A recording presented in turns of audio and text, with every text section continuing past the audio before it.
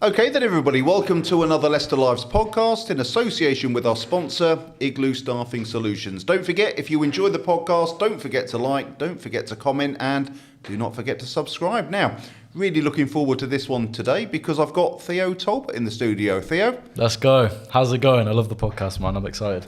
Brilliant. Thanks very much indeed. Well, we're having a bit of a change of direction because we've got someone a little bit younger in the studio today. I know, 19 years old. But Still counting. You've packed a lot into that time, so... I've tried to. Let's take it all the way back to the start and talk about growing up in Leicestershire. Yeah, so I grew up in a place called New Bob Verdon, which is a small village.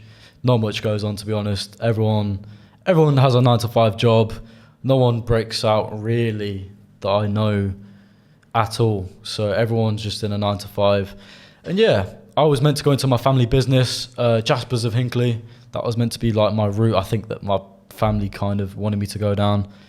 I ended up going down a completely different route through social media and things that I accidentally came across. And somehow I'm doing all right in. Yeah. So when did sort of social media and YouTube first sort of get on your radar, should we say? It's weird. My friend Kieran once shown me a video on YouTube, and it was this guy called KSI. And then he showed me another one from a guy called Joe Weller. I'd never seen anything so funny in my life. These guys were like, I was like, wow. And they get paid to do this. I said to him, they get paid to do this? This is their job. And he was like, yeah. So YouTubers, that's kind of how I figured out you can make money from social media. You don't have to have a proper job. I mean, it is a job essentially, but you don't have to leave home at like 5 a.m. and come back at 5 p.m. You can be on your own schedule if you are successful enough in this social media game. So when you first became aware of social media, was this something immediately that gripped you and thought there might be a future in this, or was it just like a passing interest at that time? I never thought I'd be able to do it, to be fair. I was like, as a kid, I didn't have any confidence. I was like, yeah, I'm not interested. People aren't going to want to watch me, but maybe behind the scenes I can work for someone, someone that has done things in their life. And yeah, I think quickly I realised that people will watch anything. I would make something and people would watch it. And I found that strange. I found that like people would watch me just mess about on camera. Why? But that's often the case with these YouTubers. When they start out, they don't think, oh, I'm going to be here. They just do it because they're having fun, doing it because they enjoy it. They don't think it's going to get them anywhere massive, but the road ahead could be great, and they don't know it yet. What did your parents think about you sort of getting involved in social media at a young age? My mum hated it. My dad hated it. You shouldn't be talking to strangers. You're putting these videos out, and you don't know who's watching them. And to be fair, I get it because I was young. I was like 10, 11 when all this was going on. So yeah, I got it. But at the same time, I was like, yeah, but I want to do this. And they didn't understand that you could do this as a job, social media. They thought, yeah, he's going to be a weirdo that makes videos in his room, where like, no, you can be cool and do this at the same time. Do you know what I mean? You can make money, a lot of money in this. And it was hard for them to come around and understand that because they're so old school. Do you know what I mean? I suppose it was all a little bit new then, so I suppose it was the unknown for them to a certain extent. Yeah, and I was so young as well. But it's what every kid wants to do now. They don't want to be a doctor. They don't want to be they do still want to be footballers, but YouTubers is what most kids will say now, I think. They want to be KSI and they want to be all these people and live that life. What sort of content were you putting out initially? Shit. Random shit. I'd just stick the camera down in front of me and I would waffle to it. And I was confused on why people were watching it. Because I when I put it out, I was like, yeah, no one's going to watch it, but if they do, cool. And then ping, people would watch it. And I don't even know what I was making back then, but it wouldn't have been anything that I would remember in a year. Do you know what I mean? It was just, I would put the camera down, talk to it, and maybe whatever was trending at the time, and people would comment on it. And I was like, wow. Because I didn't really have many friends in school, and they kind of became my friends. I'd get a few viewers, and I would talk to them, and it was odd, yeah. It was weird to have friends online, and I never told my parents that because they would freak. Do you know what I mean? We were talking earlier about comments and feedback, whether it's social media, whether it's YouTube, whether it's a podcast. And, it's nice to get the positivity, but you get a bit of negativity thrown in your direction as well. You do. How did you handle that at a young age? Because, when you're older, it's water off a duck's back, but it's a little bit more difficult maybe when you're younger. See, for me, it's gone the opposite way. I feel like as a kid, no one said anything nice about me anyway, so I'd see like hate comments or whatever, and I wouldn't care because I'd be like, yeah, people don't like me anyway. Whereas recently, it started to affect me. I think because we'll talk about it later, but I got something big that happened for my career, and that's where I took them seriously because these were the people that were keeping me doing what I was doing. Whereas when I was making videos as a kid, I didn't really care. I would just block them, and they were just coming across my videos. They weren't watching me all the time. They weren't really interested. It was just shit that they were watching online, so I wasn't really bothered back then. But I've grown to care, which is unfortunate. Well, it's very strange. I mean, there's some very strange people out there, who seem to take time out of their day to send a message or put a comment down, which... Cheers, mate. Fuck you as well. Absolutely. Got a very strange one myself the other day, really, a long rambling message about, criticism of the podcast. And I thought, well... Don't watch that. Don't watch, absolutely, How are you getting on at school? Because, obviously, you've been introduced to this sort of, this world of social media, YouTube. But, I mean, obviously, you're young, you're at school. Yeah. How are you getting on? It was all I could think about in school is... Wow, I bet nobody that has been successful on YouTube likes school because everything you learn in school, you learn nothing to do with YouTube and social media. I felt like I was wasting my time. The teachers didn't want to be there. I realised everybody didn't want to be there. School was just something that everyone had to do. And I would just be in class, I wouldn't listen. I kind of mentally switched off once I realised this is what I want to do. I wouldn't give a shit about any exams. You get told off, so what? I'm not going to do anything that I'm learning here in my life anyway. Who cares about algebra? When am I ever going to need that? Who cares if I failed that test? I'm not going to remember it even in 6 months' time. So I quickly realised that no one here is going to help me. I need to get out of here. It's interesting because you're being pulled in three directions at this time because you've got obviously what you want to do, which is obviously the content creation. You've got what society expects you to do, which is to go through school, college, university, job. And then you've got your family side where they're expecting you to take over the family business. So no wonder I was such a messed up child. How was it affecting you mentally, all this? Yeah, horribly, because I felt like no one understood. I felt like KSI and I felt like people like that were my friends because I'd watch their videos and I'd be like, yeah, these get me. These are the people that are doing what I want to do. Everything they said, it would just be so relatable. They hated school, I didn't get bullied. I don't want to say I got bullied, but no one liked me really. I have a few friends and I think my mental health and that at school was just so... I was finished with it so early, and would you say sort of growing up in a relatively sort of quiet place like New Bolton, that can lead not only to limited opportunities but limited maybe outlook from other people around, because everyone that I knew and grew up with never did anything like this. They don't understand social media. My dad, my grandparents, my cousins, no one really got it. Nobody really got it. Even my brother, he's a big lad. He likes to get his hands dirty. And I felt so alone and maybe I shouldn't. You doubt yourself. Maybe I should do what everyone else is doing because everyone here has always done this. No, I couldn't name one person from Newbold that has done well on social media at all. No one. And then I went to the Market Bosworth school, and it was the same thing, really. Same thing. Nobody wanted to do what I wanted to do, really. And they were all the traditional college, uni, farmers, job. From town, and they didn't get it. And I did doubt myself, and you do when no one else is doing what you want to do. Yeah, funnily enough, I sold a business to a lad who's not that much older than yourself, and he lived in a place, it's sort of, a little bit further up in the Midlands, sort of North Derbyshire, but he said he had to get out of that environment, because everybody had this very limited outlook on life. Yeah. And he needed to be around people who were, entrepreneurs. And he said, I wasn't going to get it where I was living. You've got to surround yourself with the right people to be able to take it to the next level yourself. It's weird because I like that environment in a sense, because everybody, it's all I've ever known. I'd hate to be somewhere where I'm unfamiliar. I've got like autism, like crazy autism. And I feel like if I was in environments with people I don't know or I'm not comfortable with, I'd hate it. So I like going and being with these people for a bit and then coming back to what I know and taking what I've done here back to where I'm home. This is where I am. This is the village I'm comfortable. And yeah, then everyone in your village is like, whoa, you've been out, you've done this. No one else in the village has done this. And there's also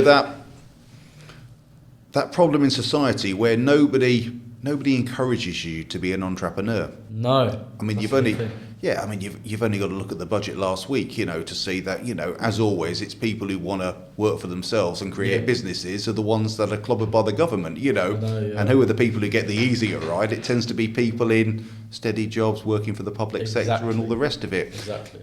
I mean, she won't thank me for saying it, but my wife's a teacher. She teaches business studies, but at no point in the business studies curriculum do they either talk about or encourage people to become entrepreneurs. And that's the annoying thing, they're so far behind, I feel. And it's not her fault at all. It's the higher ups that don't know how to change and adapt the way it should be adapted. And to be an entrepreneur now, you have to do your own research. You're not going to learn it in college or school, really. Yeah.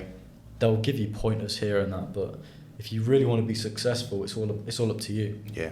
It's like she tells me about the fact that, they use Nike as like a model of how a business runs, but most people don't work for Nike. No, most people work in small businesses for themselves or, 2 to 7. I think it's like 80% of businesses in the UK have got 7 or less employees, So it's all well and good talking about McDonald's and Nike and all the rest of it, but that's not normally where...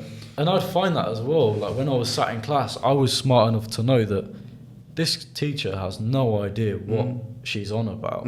She's doing this because she has to talk about McDonald's and this sort of stuff. And yeah, I quickly realised like nobody here is teaching the right thing for us to do what we want to do as entrepreneurs. Business studies, no matter what lesson it was all kind of forced, really. No one really had an in. I would just like to say a massive thank you to everybody who watches and supports this podcast, and in particular to our sponsors. Our main sponsor, Igloo Staffing Solutions, and our IT sponsor, Whiteski Digital. Don't forget, if you enjoyed this podcast, hit like, leave a comment, and do not forget to subscribe. Now let's crack on with the content. So you're at school. Yeah. The social media's taking off. It might be a little bit rough and ready at this particular time, but it's beginning to sort of take off. Yeah. But you said your mental health isn't good. When do you decide to sort of make a change for your own sake? It was probably in year 9, I think year 10. I had to quit school at 15 because I got myself in such a mess. In school I was so scared of doing something wrong. The teachers made it seem like the end of the world. And as a kid with anxiety and that wasn't, confident, I think it just, it messed me up. I couldn't sleep. I was thinking, have I done this? Have I done that? And to be honest, no amount of pressure like that should be on a kid's shoulders, especially when they're trying to learn. It felt like, the teachers, in my opinion, did a shit job at school. I hated school. The way it was run, the way it's run in other schools, it's terrible. It shouldn't be like that. Kids should be able to learn and not be punished for things that they should be punished for. What was your parents' reaction when you announced that you no longer wanted to be at school? To be fair, my mum got it a little bit more than my dad, because she's the one who I live with. She was seeing that it was affecting me, like my sleep schedule and stuff. My dad obviously, he's staying in school. Do you want him to be a loser weirdo? And my mum just ignored him and took me out, and I thank her to this day for that, because if she hadn't have done, I'd be even more messed up now. You carry stuff with you through school, but if my mum hadn't done that, mate, honestly, I don't even know where I'd be. I don't even know where I'd be now. It's scary to think about, because I left at the right time, I think. Yeah, I was just thinking that, you know, you obviously had that mature head on your shoulders where you did understand that something needed to change. I mean, you know, you weren't very old at all, but it just shows you got that mature head, like I said. You've got the out, there's the family business. This is where you go, isn't it, after year 9, year 10? Yeah, that's where I worked on my family business for a year, enjoyed it, great, whatever. But then it got to a point where I was like, is this what I want to do for the rest of my life? Like, I was doing well on social media. I'd wake up to millions of views and comments and whatever. And I was just like, maybe if I spend more time doing this instead of working, I could push this to be, you know, bigger than I could ever imagine. And I took that risk. I quit. My uncle wasn't happy, really. Everyone was kind of, this is a massive risk, you know, you've got an income here. But I took the risk and, you know, it worked out a little bit. It did work out. I got opportunities my way that I wouldn't have got if I'd have stayed in it. So. And I suppose it seems a risk, but then again, the family business is always there. It's not going anywhere. Yeah, so. The thing is with my family, though, they're that like pig-headed that they wouldn't let me back in. I'll tell you now, if I came a year later and was like, I want to come back, they'd be like, nah, fuck off. So what were you getting millions of views on? Obviously, it wasn't YouTube. TikTok. So TikTok's the new one. I don't bother with YouTube anymore. I think it's a waste of time unless you're big, already have a platform. But yeah, on TikTok it's easier to get noticed, and I was starting to get followers, and I had people recognise me. Like I was out in Turtle Bay one time, and I remember it. I was in Nottingham in Turtle Bay with my girlfriend and her friends, and someone clocked me from a stupid video I'd made on TikTok, and someone was like, "Oh, I recognise you from TikTok." And that for me was like a bit of a buzz. I was like, whoa, like say it again, like to my girlfriend. This guy recognised me. But no, that was the first time where I was like, wow, people are actually watching this. Yeah. And what sort of content were you putting out there? Similar to the early days of YouTube? I think I was doing relationship advice, which now I look back was a bit odd. I was 17 probably. What does a 17-year-old know? I thought I was sick though, but people in the comments were backing it. That was the weird part. They were like, he knows what he's on about. Where in reality, I look back now and I come across as a bit of a twat, telling people how to live their relationships. Fucking hell. Where did the inspiration for that come from? I mean, did you just literally wake up one day and thought, I'm going to give relationship advice? I think so, yeah. I think I'd seen a video before of someone giving horrible relationship advice. And I thought, you know what, that got a lot of views. I'm going to do the same thing, but reverse it. And give them good relationship advice, I think. And obviously you got to be careful with relationships because people get very angry at stuff you say. It's controversial, but, you know, I quickly moved away from that when I realised it. So, you hand your notice in at the family firm to concentrate on the socials. What does day one look like? Day one, do you know what? It's an interesting question. I think I had a bit of a break, to be honest, like a few-week break of just gathering, right, what's the plan? I didn't go straight into it. I was like, right, I've got to come with a plan if I'm going to be big on here. So yeah, I just note after note after note, meeting people. I actually, because all childhood I was watching KSI, and I was like, I wonder if there's a way to get into this like scene, the Misfits boxing scene. And I was posting videos on Twitter, and one day I got a follow from Mams Taylor, which is KSI's manager and the owner of Prime. And I was like, I wonder if I drop him a message, I wonder what he'll say. And he replied, and quickly we were going back and forth. And yeah, we became friends. And you know, I was invited to press conferences the Misfits were doing, backstage at some stuff. I was doing interviews, and it snowballed from there. And eventually I was like, whoa, like how have I even got into this? How do I know all these people? Because they're all messaging me on Instagram, you know, at night. And it was weird that they all somehow knew who I was. 6 months ago, they didn't have a clue who I was. Just rewind, Theo. What was that first message then to Mams Taylor? I think I put, so when am I fighting on Misfits then? As my first message to him. And he put, man, you've got to build your base first. You're nowhere near it yet. You're nowhere near it. And I was like, oh, fucking hell, it was worth a shot. Then it was really bad. I tried to convince him that people doing the interviews at Misfits were shit. And I would be better. people doing the ring announcing were terrible and I'd be better. And he just laughed because these are all like, they've been in it for years, and he thinks, I think I could do it better. No, I couldn't. Why was I saying that? And yeah, I think eventually it got to a point where he was like, okay, this kid's serious. He's not, because I kept pestering him. And, you know, he would send me 3 crates of Prime. He would retweet my stuff. He'd comment on it. And yeah, he helped me out a lot. He really took me under his wing. He saw me as like, he saw potential, I think. I think a little bit. He didn't do that to anyone else, really, that I saw online. So I was like, wow, he likes me. He does like me. I met him in person. He was like, oh, sorry you lost your fight, bro, because I had a fight. He watched it, he tuned in, supported me, and yeah, it was weird, man. It was weird, to be honest. What was the fight? So yeah, I fought on something called SCB 001 in Derby. It was a big fight, actually, to be fair. It was trending on Twitter in the UK. I don't know why. All the Misfits lot were commenting and watching, because everyone thought I was going to win. I'd never been backed so much in my life for anything. Everyone was like, yeah, he's going to smash him. I was fighting some 6'3" guy who'd done Taekwondo and MMA called Aaron the Carrot, and I got my ass kicked.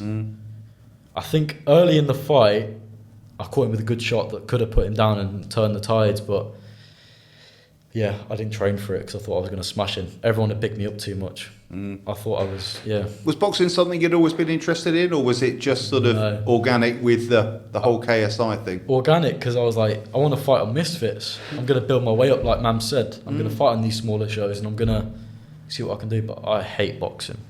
I like watching it, but getting hit in the face ain't for me. I do it, and I still do it because it's good for me and keeps me fit, but I fucking hate it. And I wish I didn't have to do it to be where I want to be. Yeah. Oh, it's a tough sport, you know. I do a little bit of ring announcing myself, you know. And you know, when you're that close and you see the blows coming in, it's a lot different from when you sort of sat 10 rows back, you know, with a drink and sort of chatting away. You know, you do see that it's a brutal sport. And, I mean, fair play to anybody who gets in that ring, because I think I did 3 rounds with him, and he'd trained for like 7 years. It's my first one, so I was quite proud of myself. Caught him with a few good shots. But yeah, like you said, it's a hard sport, but you don't realise it until you're in that ring by yourself, like, oh shit, this is real. You know, we spoke about sort of, you know, the fact that you sort of maybe struggled at school mentally, and then we spoke about the negativity. How was the mental health coming after the loss of the fight? Because that sort of experience can be a make or break. Yeah, to be honest, I would just drink myself to sleep. I just turned 18. And I could buy alcohol now. This is like crazy, you know. Before I had to get my parents to get it, and it was embarrassing. But yeah, I think I'd just chill. I'd have a go at people on Twitter, and I would just sit back and enjoy the beers. And looking back, that's quite sad. But in the moment, I was like, yeah, I'm growing up. This is what you do. But it's not what you do, because I wasn't going out. I was doing it by myself in my living room when my parents went to bed. And yeah. It was quite got myself down a little bit, I think, looking back, and I had to do that just to have a laugh on that. Well, of course, I mean, alcohol's a depressant, isn't it? You know, although it's marketed as a party drug as such. You know, it's far from that. You know, the amount of people. I mean, we spoke before the podcast today about sort of, you know, driving through town and seeing people having the time of their lives, but then you don't see them 24 hours later, you know. That's it. Yeah. That's it. And it's so normalised. Everyone drinks. Family drink. Everyone's families. A lot of people's family drink. And yeah, you don't really think of it as a bad thing. You grow up with it. I grew up around drinking, so it's not illegal. Didn't think I was doing anything bad, but maybe I should have thought about it differently. I don't know. So you got this in with Mams Taylor. Yeah. Where do you see that going at that particular time? Because you're obviously in that slightly privileged position because you've got this contact, which, let's face it, you know, he's probably ignoring thousands of messages every day. That's what I couldn't understand. Like, why me? And I think I did a good job with the interviews. I think that's what it was. And and then, to be honest, I think my goal was to fight on Misfits, on the big show, on KSI show, and that still is my goal to this day. But when I lost, I feel like everyone kind of lost a bit of interest. I'd lost the small show. it didn't give me as much hype, because if I'd have won that, I'd have had so much hype around my name. I'd have probably been on Misfits, the next year maybe. But I lost, and people were just kind of like, oh, forget it. So I've got to rebuild it again. And I'm still in the middle of rebuilding the redemption, so still training. What's the whole sort of vibe around the sort of Misfits setup? Is it a good atmosphere, or is it? Oh mate, yeah. I've been to a lot of normal boxing as well that's not social media, and this is friendlier, definitely. Everyone's so welcoming, everyone's so nice. People come from different backgrounds. The only thing I don't really like, to be honest, is how the OnlyFans girls treat the scene. Really, because I don't look at them as creators, I'll be completely honest. There's people like Elle Brooke who make content as well, but people that just do OnlyFans, and this is controversial, but get their body out. I don't look at them as creators. I don't, and I think it's a bit of a, I don't know why they're on Misfits in the first place, to tell you the truth. Talking of girls, yes, Babe Station. Yes. Strange one. Yeah, very strange. I mean, you became the face of the Babe Station podcast, and you're 18 years old at the time. That's weird, Talk us through that. It's weird coming from school where like porn and sex is so like not spoken about. If you speak about it in front of a teacher, you get in trouble. To working in that environment was weird. Like, girls are half naked, and everyone there was lovely. I can't thank them enough. The crew were great. It was all very safe, but I felt it was a bit of an imposter syndrome when I was interviewing these people. They were paying thousands for guests, and I'm only 18. I'm thinking, I shouldn't be the one interviewing you. You have more experience in life than me. You're like 30. Why me? And I did a good job. Clips were going viral. There was a few with a few million views. It was popping up on like my parents' Facebook For You page. They were seeing clips of me, which was weird. And then it all changed one time. I was in a service station on the way to film, and someone recognised me from one of the podcasts. I think it was the Elle Brooke podcast. And they said, "Oh yeah, I recognise you. You did that podcast with Elle Brooke." And from then, I got nervous. Like, people actually watch this. This isn't like a shitty TikTok that I can delete whenever I want. Like, there's a full production team. This is serious. People are watching this, and they're actually paying attention to what I'm saying. And from that day, I overthought everything. Every comment I made, I was like, shit, people are going to take the piss out of that in the comments, because they would as well.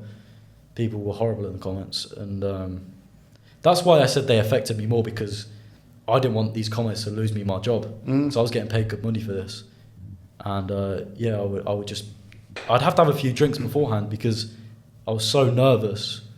Well, let's just go back. How did it all come about anyway? Because, I mean, not many people would know how you'd get a job on the Babe Station podcast in the first place. It was weird. I saw it advertised on this thing called Star Now, which is like an acting roles thing.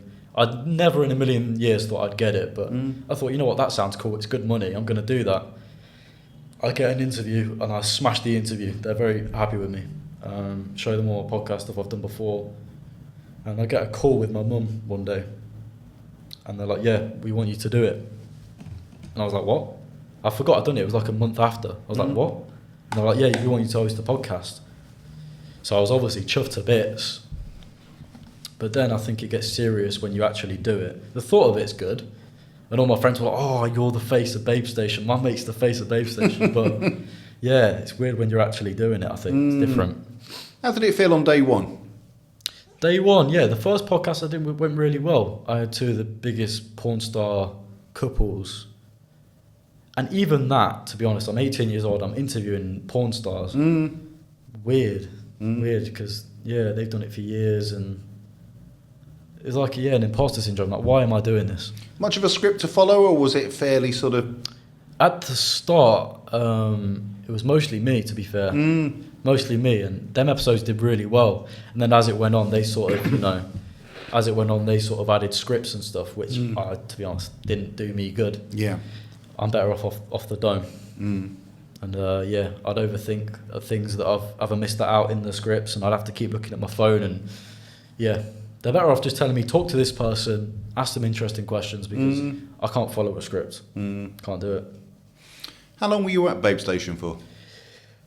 Probably about a year. about a year I did it. We filmed, I think, 7 episodes, and that doesn't seem like a lot, but a lot of the episodes didn't even go out. And I think it's, to this day, I still think it's because of me, because I didn't do a good job. But they told me, it's because of the cameras, we've had camera issues and that, but even to this day, I think it was me. I think I did a terrible job. I don't know whether I came across as I've had a few drinks on camera.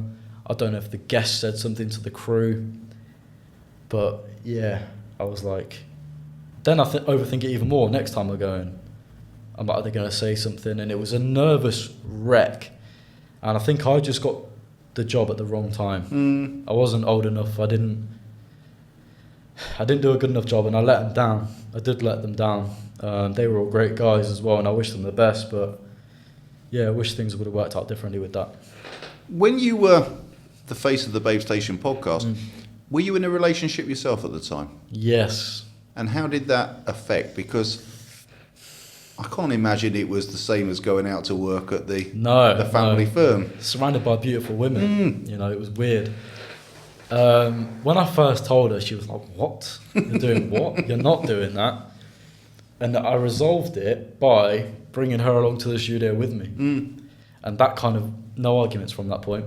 I told her as well, like, I can't get with these girls. This is their workplace. Do you know what I mean? I wouldn't anyway, but like, it's all safe. They have a lot of guys there, safety crew. I'm not going to, in fact, like, I'm better off working here because I can't get with anyone else. I'm losing everything. Do you know what I mean? And yeah, she came to the shoots with me, sat in a room, did her work and stuff, and yeah, it was weird, but I think she was alright with it towards the end.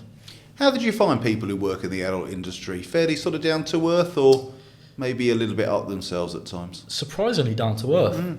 Even, I'd say, nicer than a lot of people that aren't in that industry that I've met. You get the odd few that are dickheads, but yeah, everyone was welcoming. The crew were amazing. Full production team, and this is what I didn't like. Production team, counting on me to deliver a good episode. I'd had a few wines or beers or gins or whatever beforehand. Like, the pressure, it was horrible because I was getting paid to be there as well, and the whole time I was so worried about losing the role, or worried that I'd say the wrong thing. We actually had, this is an exclusive as well, the Elle Brooke podcast. I'm good friends with Elle now, but I said something that I shouldn't have said in an episode, and they had to cut it out, and that threw me off completely. For the rest of the interview, I was wobbling over whatever I said, and it was awful, yeah, because you've got to be so careful. And you said about your anxiety and the imposter syndrome, which, I can understand, 18 years old. Yeah, working there. Yeah. Working at Babe Station, I think most blokes would have some sort of imposter syndrome. You said you were handling that through alcohol. Did that take you to some dark places? Yeah, you don't realise it at the time. I think when you realise you've put on weight, or, you're not really getting drunk anymore, you're not drinking to enjoy it, you're drinking just because you're used to drinking. I think that's where it got me, really. And that's a horrible thing. My friends are going out, I'm going out and drinking, I'm not. I'm staying in home and drinking by myself or with, my girlfriend, really. And I didn't think of it as a problem. That's the thing. I was like, I'm 18, I'm 19. I can't have a problem with alcohol. But when it's so accessible, yeah, I'd say it was a problem because I relied on it for my confidence. Yeah. And did your girlfriend see the problem, even though you couldn't see the problem? Yeah, she did. She told me, you've got to stop. And I was putting on a lot of weight as well. And when you can tell that I could tell that she was looking at me, and she didn't say anything, but I knew that she was not disgusted, but knew I'd let myself go a little bit because I used to be so ripped and in shape, and I wasn't boxing anymore, I wasn't exercising, and I secretly knew that she was thinking something. Yeah. Well, that's it. All the lethargy that comes with like the after effects of drinking. So. I know. Yeah, and I would wake up midday, and wake up even later than that, and I wouldn't sleep. I'd be drinking till like 4 a.m. most nights, and that's when this ain't normal. Yeah. So, while you're at Babe Station, are you still doing the other content as well, or did you put that all on hold to do the Babe Station podcast? I put it on hold a little bit, but I'm still doing it, and that's the most happy I think I've ever been with my content, because I've got an income. I'm not relying on myself to make good videos really, because the podcast pays me well anyway. I'll just do TikTok for the fun of it, and then I relaxed a bit more. And then, towards when that ended, obviously, more pressure on myself again. Lost the role. So when you left Babe Station, what happened next? So the morning I left, I was meant to be shooting that day, and that was the horrible thing, because I'd had a few drinks and I was drunk at I think 10 o'clock in the morning. The shoot was at 12. I got myself in such a mess. My girlfriend was like, "Yeah, you're not going in. Like, they will tell that you've had a drink, and they'll sack you right now." So I just told them all, I've got to quit this. And then after that, I'd met Big Joe anyway, but I was like, "Joe, we're going to do something together now. Let me take over your social media. Let me make you a TikTok, and let's call out John Fury. Fuck it, why not?" I was going to say, this is Big Joe Eagan. Big Joe Eagan, 7 times Irish boxing champion, sparring partner of Mike Tyson. And I took over his stuff. So where's that come from, Theo? Where's that sort of link between you and Joe? So I met him through a family friend called Graham Ridgway. He introduced me to Joe because he knew I was from the YouTube boxing scene and Joe was from the proper hardcore boxing fans. So we thought combining that was a great mix, and it was.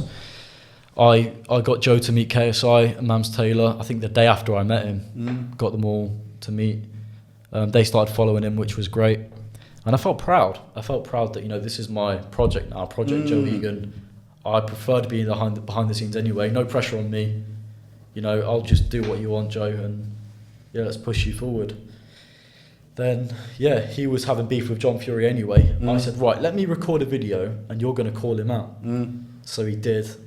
I didn't know TikTok knew who Big Joe Eagan was. I thought this was going to get 100 views. People are going to laugh. It boomed. I think it got 2-point-something million. And that's when I started thinking, oh, this could be something big. Yeah.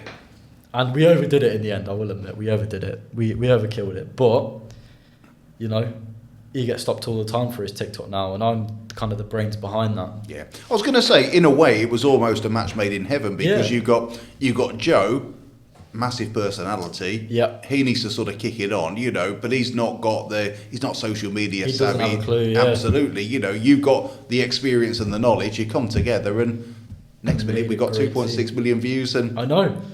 Me and the wife are talking about John Fury and Joe Eagan over the dinner table, and it's all down to yourself. And people would notice me for that as well. I've been in a podcast with Joe. I actually filmed it in this room, funnily enough. People would recognise me from clips of that. They're like, "Oh, you manage Joe Eagan, don't you?" And that was weird as well. But nice, because they don't have an opinion on me. They just know me from it. And I like that. I don't like it when people have opinions on me. I hate it. But, And I grew his TikTok from 0 followers to 100,000, I think, in about 6 months, which is insane. His Instagram I took from 10k followers to about 90,000 in about 5-6 months. And he couldn't thank me enough. Yeah. It's got him a lot of work as well. So we both benefited from it, really. And was the beef between him and John as bad as it looked? Or? Yeah, it's real. Yeah. It's real. And I remember we uploaded 2 videos. I was the recorder of it. And then I got a notification one night. My missus sent it to me. John Fury had responded on his Instagram. And that's when I thought, oh, this fight could happen. He took his time out of the day to make a video. And he's calling KSI a pineapple head, and it's all going down. And he said, right, I need a written offer from Misfits and we're going to fight you, Joe. So I talked to Misfits. I'm like, yeah, get him a written offer. We got it sorted. The fight's going to happen. And he declined after we sent the written offer. And it was a lot of money they offered him as well. Yeah. More than they should have done, probably. Yeah. It's a strange one, that, because, I think people quite like John Fury up until that moment, and then and then I realised how many people dislike him as well. Absolutely, I think so many people turned, and that was the turn. The angst between him and Joe. I think that got people thinking, and then of course there were other incidents, over in Saudi Arabia and whatever, and now you don't meet many people who've got much good to say about him. He really has lost his way there, and it's all going to kick off again because KSI and Tommy Fury are fighting again. I've said to Joe, right, Joe, I'm going to get you in the press conference. You're going to see him face to face. because I can get him into the Misfits press conference, because obviously John manages Tommy Fury. So we've got Team Joe Eagan with KSI and everyone on this side. I said to them, why don't we do it? Yeah, Joe's part of the YouTube team. We'll get him on stage talking to John Fury, give him a contract in front of the cameras and see what he does then. Yeah. That's the only way we're going to get it. Yeah, fantastic. Stick it on him in person. So that's what we're going to do. Yeah. Actually, John Fury, I hope you're not watching this, because he's not going to come. I've just ruined the whole thing. Yeah. So what's Joe doing at the minute? What sort of plans have you got, the pair of you? Joe got me in my first ever film the other day, actually, which was cool. But he's working on a Netflix show called Semolina Pilchard, which is going to be a very big series on Netflix. He did Brassic as well, which is big on Netflix as well. He's just so busy with filming. Yeah. He really wants to take the acting seriously. And yeah, you know, you see his odd video on Facebook pop up or anything, shouting out like different people, and he's doing his thing. But we've got some big plans. And next year we're going to kill it, even more than this year. We've got some big plans. So, yeah, keep tuned for Joe Eagan's stuff, because it's going to be insane. And what about yourself, Theo? Because obviously, you know, there you are. You're 19 years old. Family business. Yeah. Social media star. YouTube. Gone onto TikTok. Getting these millions of views. You've ended up on Babe Station. Yeah. You're managing Joe. Few wobbles with the alcohol along the way, you know. As you said, struggling yourself with the autism, the anxiety. Fantastic to overcome these type of challenges. But you're still only 19. Where do you see the future for yourself, and what sort of pressures do you maybe put on yourself? Do you know what? It's a great question. I don't know, because in my opinion, I've already failed myself. Like I should be bigger than I am now, a lot bigger with the opportunities I've had. But I'm only 19, and I've got to remember that. I think because I beat myself so much that I'm not famous yet. But then again, fame can be classed as different things, you know what I mean? But I don't know, to be honest. I don't know whether I'm going to have my own podcast. I don't know whether I'm going to get even bigger on TikTok and kill it on there, or the acting. We'll wait and see. But right now, I'm just meeting a load of people, and connections are what matters in this industry, I think. It's not what you know, it's who you know. Absolutely. So meet as many people, collaborate with as many people as you can, and eventually I find that things just fall into place as well. I might be saying this, and then 6 months later, I've found the thing I'm going to do for the rest of my life. You know, everything you do has a repercussion, and it's mostly good. I think. Absolutely. Yeah. You know, we were chatting earlier, and we were talking about the benefits of hard work. And, you know, we've got 3 entrepreneurs in the studio. We've got us pair. We've got Chase over there who owns this particular studio. And, you know, you do put in the work, and the rewards normally come. You know, there's not many people who put in the work and it doesn't work out in the end. It's just sometimes how long it takes to get to where you want to be. Or people give up when they don't see a result straight away. That's a big thing as well. My friends have uploaded. I've had friends on the phone to me before, like, I'm going to start TikTok. I'm going to do it. I promise you I'm going to take it seriously. They don't get anywhere in like 2 weeks, and they quit. They just can't be asked to have no results. But that drives me, I think. Like, when I see no results, I'm like, right, what am I doing wrong? How can I change that? And yeah, I don't think many people think that way, to be fair, my age. I really don't. I've not met many people my age that think like that. It's mostly older people that think that way. They just get sick of it straight away and they can't be asked. But there might be an autistic thing, I don't know. No, I think you're right. You know, I mean, there's always a journey to success, whatever that success might look like, you know, and it doesn't come overnight. It might do for some people, some people, not the majority. But not the majority. Let's just sort of talk about this city then, you know, because this is Leicester Live's podcast, and you know, you're a Leicester lad, or Leicestershire lad anyway. You know, what do you think about Leicester as a place? Yeah, I like Leicester. I grew up here. I was always in the town. But I feel less safe here now, to be quite honest with you. I don't like walking around it at night, even in the day at some places, you know. I just feel, I don't know, not like it used to be when I grew up. It's disappointing, but obviously I'll still support Leicester. I'll still come here. But I try and avoid it, to be honest, if I can. I'll try and avoid the town. I don't like hustle and bustle anyway, but I don't feel safe in Leicester, to be honest. No. And unfortunately, a lot of people do say that. You know, people I've had on the podcast, people that I've talked to, I've got an office in Leicester, but not many people still work. A lot of businesses are looking to take their business slightly out of town, you know. I know, and it makes you think, like, it must be getting dangerous. You hear of stabbings all the time, even around here, and it's like, it didn't used to be like that, really, or you didn't hear about it. And yeah, even like as we were coming here, you do look over your shoulder, don't you? And yeah, I guess that's what every city's like, but yeah. If things don't work out for you, Theo, you know, obviously we hope they do. Yeah. And I'm sure they will do. Hopefully, yeah. But if things, well, maybe not if they don't work out, because I've got every confidence they will, but maybe if they don't work out in the time frame that you set yourself, how will you overcome the challenges you put on yourself with the anxiety, with the hunger, shall we say, the hunger for success? That's a great question.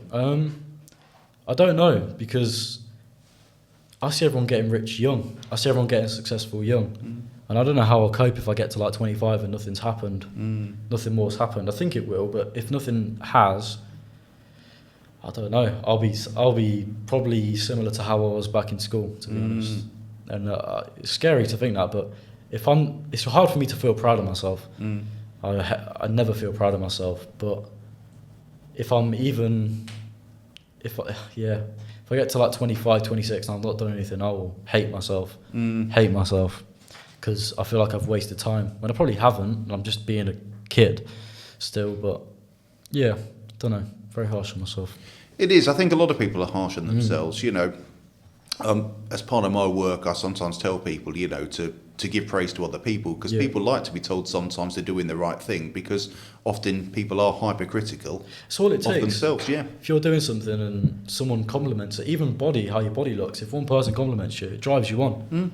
You want to get more in shape, and with this, like you said, all it takes is one person.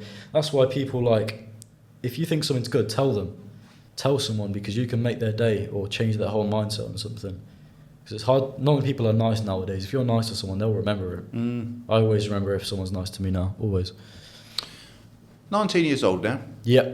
Let's say you could go back and meet the 10-year-old Theo Talbott. What sort of advice would you be giving him? I'd beat the shit out of my parents. I wouldn't. I'd just say, look, it's difficult because when I was 10, none of these people would want to speak to me, so I don't know. I would... it's actually weird, I don't know, because everything kind of worked out in the end.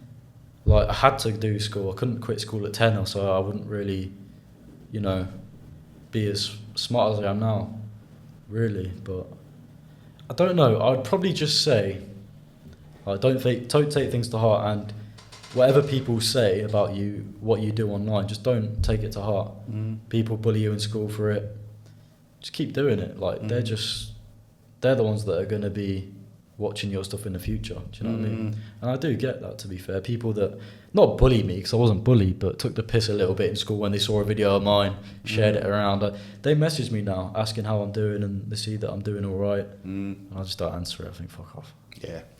It's funny, I was given a really good bit of advice by the only boss I ever had, who literally said, we used to run these courses, have these evaluation forms, and he used to say, 8% of people will always just slag you off. So if you've got 100 evaluation forms and 8% say they just ignore them. Because the 92%, he says, like, if you're doing 92, it's as good as 100, because for some people, they just always want to have a dig, and I've always remembered that, didn't get much from that first boss, but I always remembered that. It was a cracking piece of advice. Do you think it's because people are just so unhappy with themselves that they feel they need to make themselves feel better?